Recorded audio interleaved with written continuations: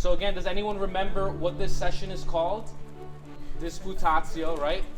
Has anyone here ever heard that word before? Or is it just completely foreign, right? Sounds Latin. You've heard it? Yeah, it sounds Latin.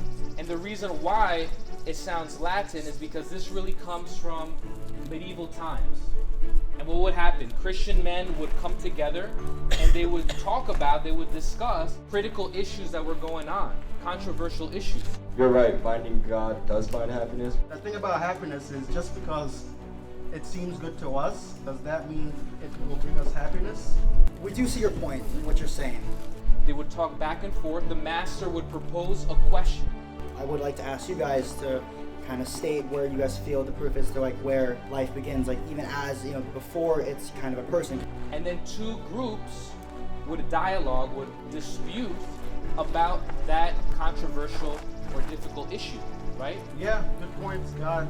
I love that question, and it's a lot to work through. And what was the reason for that? It wasn't so that one side might win over the other side, but is that finally they could arrive to the truth, to the reality of the matter.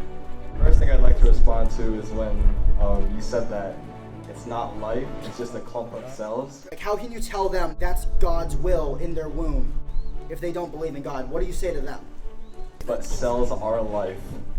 I do see where you guys are coming from. You know, like life is a beautiful thing and it is something that must be respected. And because we value life so much as a good, we'll do anything to preserve it. Listening to what's actually going on. I do see what you're saying there, and I do acknowledge that. As you said, I mean, God is a perfect creator. And critiquing ideas and not critiquing what the person. So first, thank you. As you guys are saying, you guys obviously see that start at conception. And I think that is where we differ a lot.